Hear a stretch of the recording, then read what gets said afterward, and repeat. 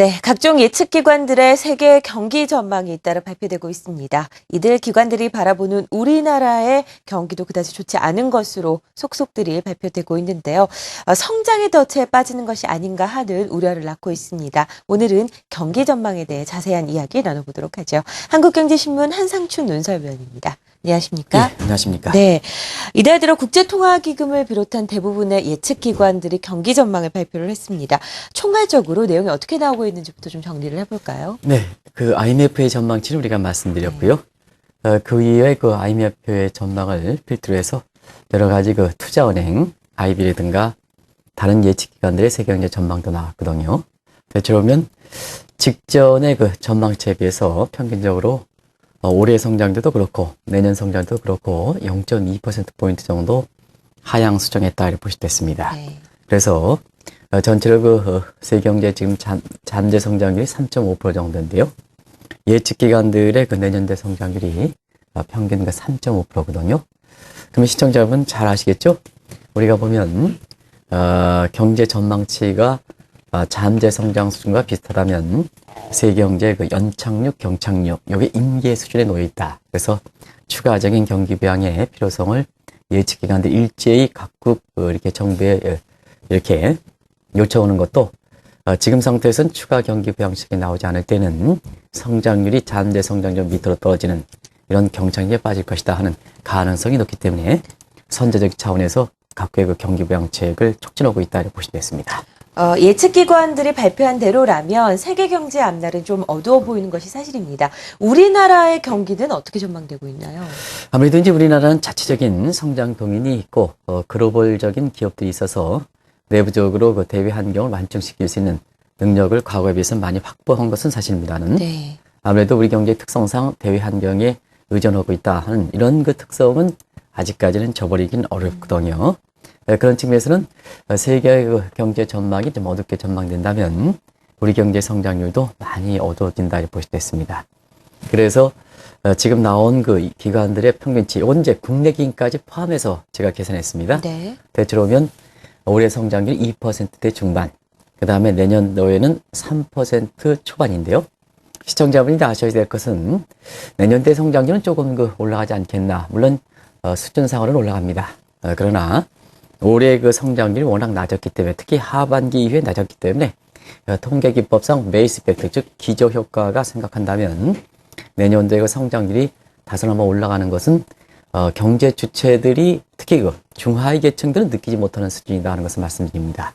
그리고 우리 경제를 파악할 때 한국은행 김중기 총재께서 자주 사용하시는 GDP 갭을 가지고 한번 얘기해 보면 네. 우리 잠재 성장 수준이 한은 총재께서는 3.8% 이렇게 말씀하셨습니다는 대체로 그 예측기관들이 잠재 수준 보면 한 3.7% 그게 그거죠.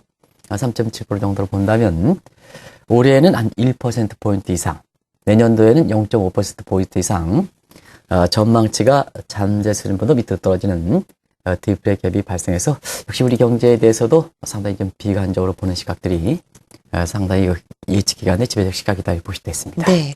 중요한 것은 중장기적으로 국내 경제가 어떻게 될 것이냐 하는 점입니다. 일부에서는 2% 성장률, 3% 성장률 얘기하면서 성장의 덫에 빠진 것이 아니냐 하는 우려를 낳고 있는데요. 이 부분 어떻게 보시나요? 이번 주에 국내 매스컴들이 일제히 한국 경제의 네. 그 중장기적인 상당히 비관론을 많이 내고 있어요. 그래서 일본의 그 경제에 이렇게 점철을 밟아가지 않느냐 해서 소위 재팬 스타일 리커버리라든가 이런 용어들이 나오고 있죠. 그 다음에 재패나이제이션, 일본화된 얘기든가 이런 것이 일제히 나오고 있습니다. 사실상 그렇습니다. 이렇게 예측기관들이 어둡게 전망할 때에는 선제적인 차원에서 이런 비관론이 많이 나오는 것도 우리가 보면 나중에 그 가능성을 빠지는 것을 실제로 방지하기 위해서 이게 촉구하는 시각도 있습니다는 네. 마치 마치 유행처럼 이렇게 한국 경제에 대해서 성장의 덫에 빠진다.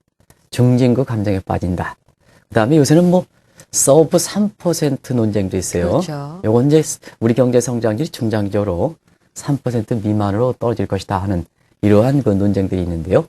한 가지 말씀드리면 경제가 어떨 때는 당연히 이런 비관론은 고개가 들게 마련입니다. 그러나 지속 가능성 여부와 관련해서 한국 경제 앞으로 5년, 10년을 아무렇게 보는 이런 그 시각에 대해서는 사실상 우리나라의 내부적인 예측기관과 밖에서 보는 시각과 어떻게 차이점이 있느냐, 이걸 좀 말씀드려야 되는데요.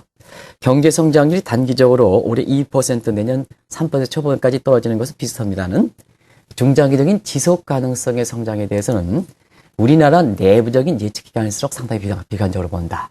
그리고 해외에 있어서는 한국이 앞으로 향후 10년 동안 미스트 내지는 믹트 국가다 해서 멕시코, 인도네시아, 사우스 코리아 하면 미스트고 그냥 코리아 하면 믹트가 되겠는데요. 이 터키와 함께 중장기적으로 보면 세계 경제를 이끌어갈 수 있는 차세대 성장국으로 분류되는 시각이 있거든요. 한 가지 말씀드려 이것을 이렇게 어두울 때 보통 우리 내부적으로 여러 가지 정치적 문제라든가 이게 겹쳐서 내부적으로 상당히 어둡게 보기 때문에 이런 것을 좀 비교해서 말씀드린다. 네. 이렇게 보시면 되겠습니다. 왜 우리 경제 앞날이 이렇게 전망되는 것인지 궁금한 점이 없지 않아 있습니다. 세계 경제와 또 뗄래야 뗄 수 없는 문제도 있을 것이고요. 내부적으로 구조적인 문제가 있는 건가요? 네, 아무래도 이제 대내적으로 같이 이렇게 요인을 제공한다 이렇게 보시면 되겠는데요. 또 한 가지는 이렇게 시청자분들도 물론 이제 소득 계층에 따라서 이렇게 이런 그 비관론을 바라보는 시각은 상당히 좀 이렇게 다르겠습니다는 대체로는 지금 경기가 어둡기 때문에 이런 비관론에 대해서 쉽게 영합하시는 모습들이 지금 나오고 있는데요. 그런 관점에서 최근에 한국 경제 비관론이 나오는 이유는 뭘까 하는 각도에서는 일단은 유럽위기와 같은 이러한 그 대외 환경이 위기 상시 체제가 되기 때문에 미래에 대해서 불확실할 정도가 쉽게 계산되지 않는다. 그래서 소위 어두워 보인다 이렇게 보시면 되겠습니다. 그리고 우리 내부적으로 보면 역시 가장 중요한 것은 과다한 가계부채 문제, 국가 채무 같은 경제 주체의 인밸런스, 불균형 문제가 굉장히 원인이지 않냐 생각하고요. 세 번째는 역시 인구 통계학적 관점에서 한국의 그 경기 체감주, 실물 경제 체감은 특히 체감 경기는 주택 경기에서 많이 잘 되지 않습니까? 네. 그런 측면에서는 인구 통계학적 관점에서 보면 한국의 출산율이 받치지 못하기 때문에 일본처럼 그 주택 경기가 좀 어렵지 않겠느냐.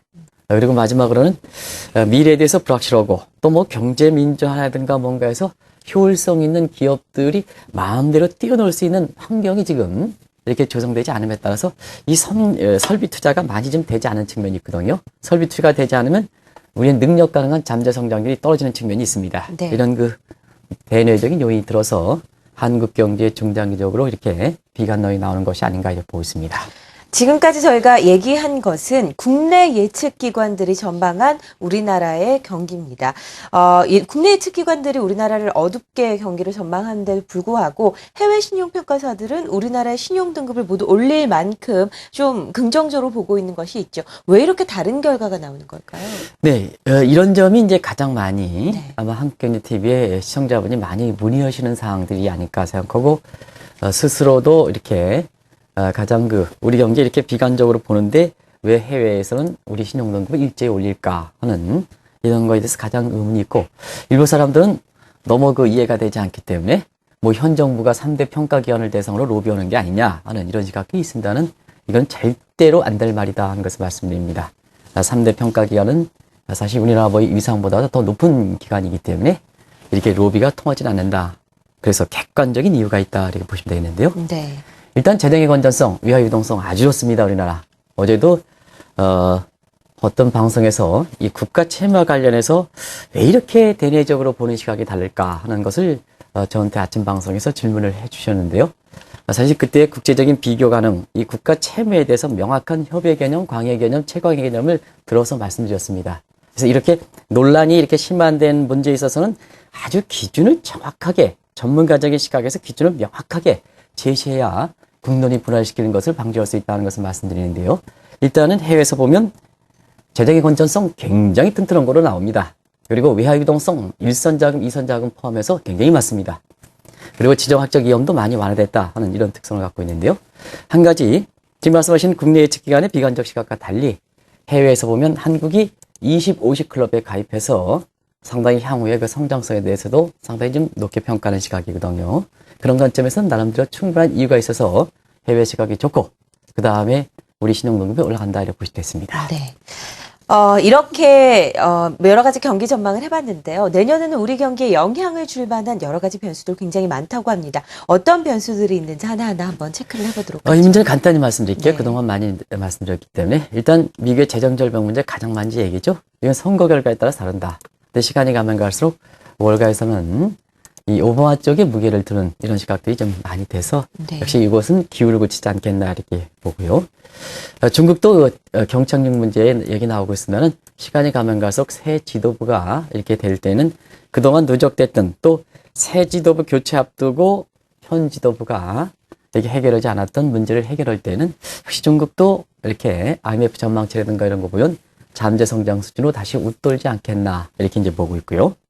유로랜드가 문제입니다. 유로랜드는 이렇게 내부적인 문제 때문에 쉽지는 않을 것이다 이렇게 보시면 되겠고요.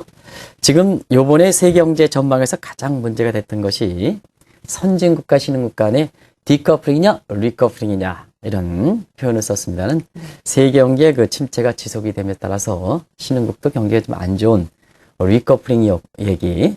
리카드로 이제 IMF 총재는 리커플링이라는 표현을 썼어요. 한은에서는 리디커플링의 표현을 쓰는데요. 마찬가지다. 과거의 커플링이다. 그래서 시청자 여러분께서 우리가 연인들이 서로 내 사람이다 확인하는 것을 보통 커플 반지를 낀다 마찬가지로 서로 같이 가는 현상인데요. 이것은 사실 아마 주식 투자하시는 입장에서는 가장 좀 염두에 둘 대목이 아닌가 이렇게 보고 있습니다. 네. 말씀을 듣고 나니까 우리나라의 경기 전망, 앞으로의 경제 앞날이 그렇게 순탄치는 않아 보입니다. 지속적인 성장을 하기 위해서 우리에게 필요한 전제 조건, 어떤 것들이 있는지도 확인해 보죠. 대외 환경은 쉽지는 않을 겁니다. 네. 우리가 2018년까지 머드링 스루다 해서 경제가 좋고 나쁘고 쉽게 감별하지 못하는 이런 국면이 될 거로 이렇게 보이는데요.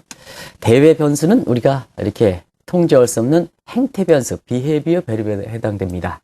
그러면 이런 변수를 우리가 항상 거기에 손 놓고 이렇게 마냥 이런 방송을 통해서 얘기하는 것보다는 우리가 스스로 이것을 통제할 수 있는 것이 중요하다 이렇게 보여집니다. 그게 바로 내부적으로 완충 능력을 확보하는 겁니다.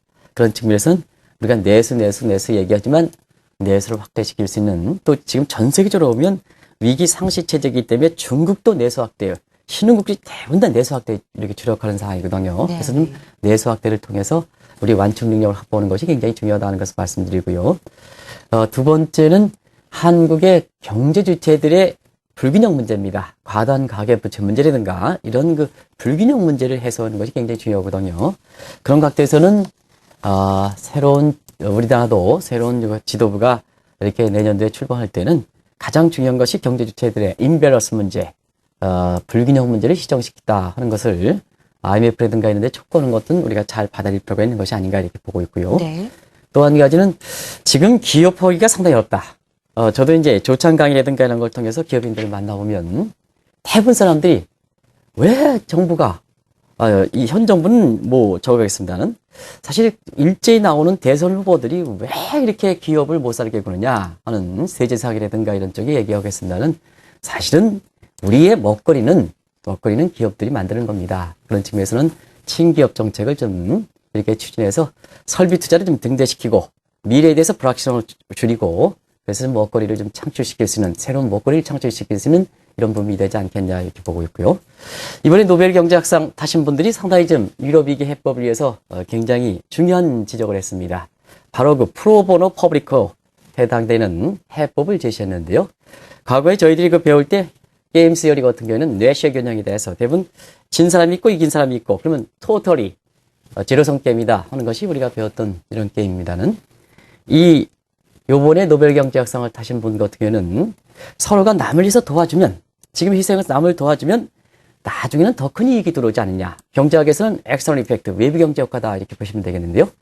시청자분이 지금 어려울 때일수록 아파트에 꽃을 심으면 지금 경제적 비용이 100만 원 들어간다 하더라도 그 꽃을 보는 사람이 얼마큼 많을까 하는 사람에 있어서는 많은 사람이 꽃을 보면 위기 해법에 긍정적 심리가 되고 긍정적 심리가 되면 위기가 개선되면 국민의 고통이 들어가기 때문에 사실상 네. 나중에는 더 많은 이익이 가져가 준다는 것이 바로 이번에 노벨 경제학상 타신 분들의 위기 해법 방식이거든요. 네. 그래서 유럽 위기라든가 이런 데 적용하는 것과 마찬가지로 한국의 지금 어려운 국면에선 모두가 주인이다. 그래서 캔두 정신이라든가 프로보노 퍼블리커 정신을 발휘하면 한국의 이런 중장기적인 갑자기 불어닥친 성장의 덫이라든가 중진국 덫이라든가 서브 3% 논쟁이라든가 이런 게 좀 완화시키지 않겠냐 이렇게 보고 있습니다. 네. 각종 예측 기관들의 경기 전망이 잇따라 발표되고 있습니다. 특히 우리나라에 대한 경기 전망 어둡게 나오고 있는데요. 왜 이런 이유가 나오는지 앞으로의 전망치까지 들어보는 시간 가져봤습니다.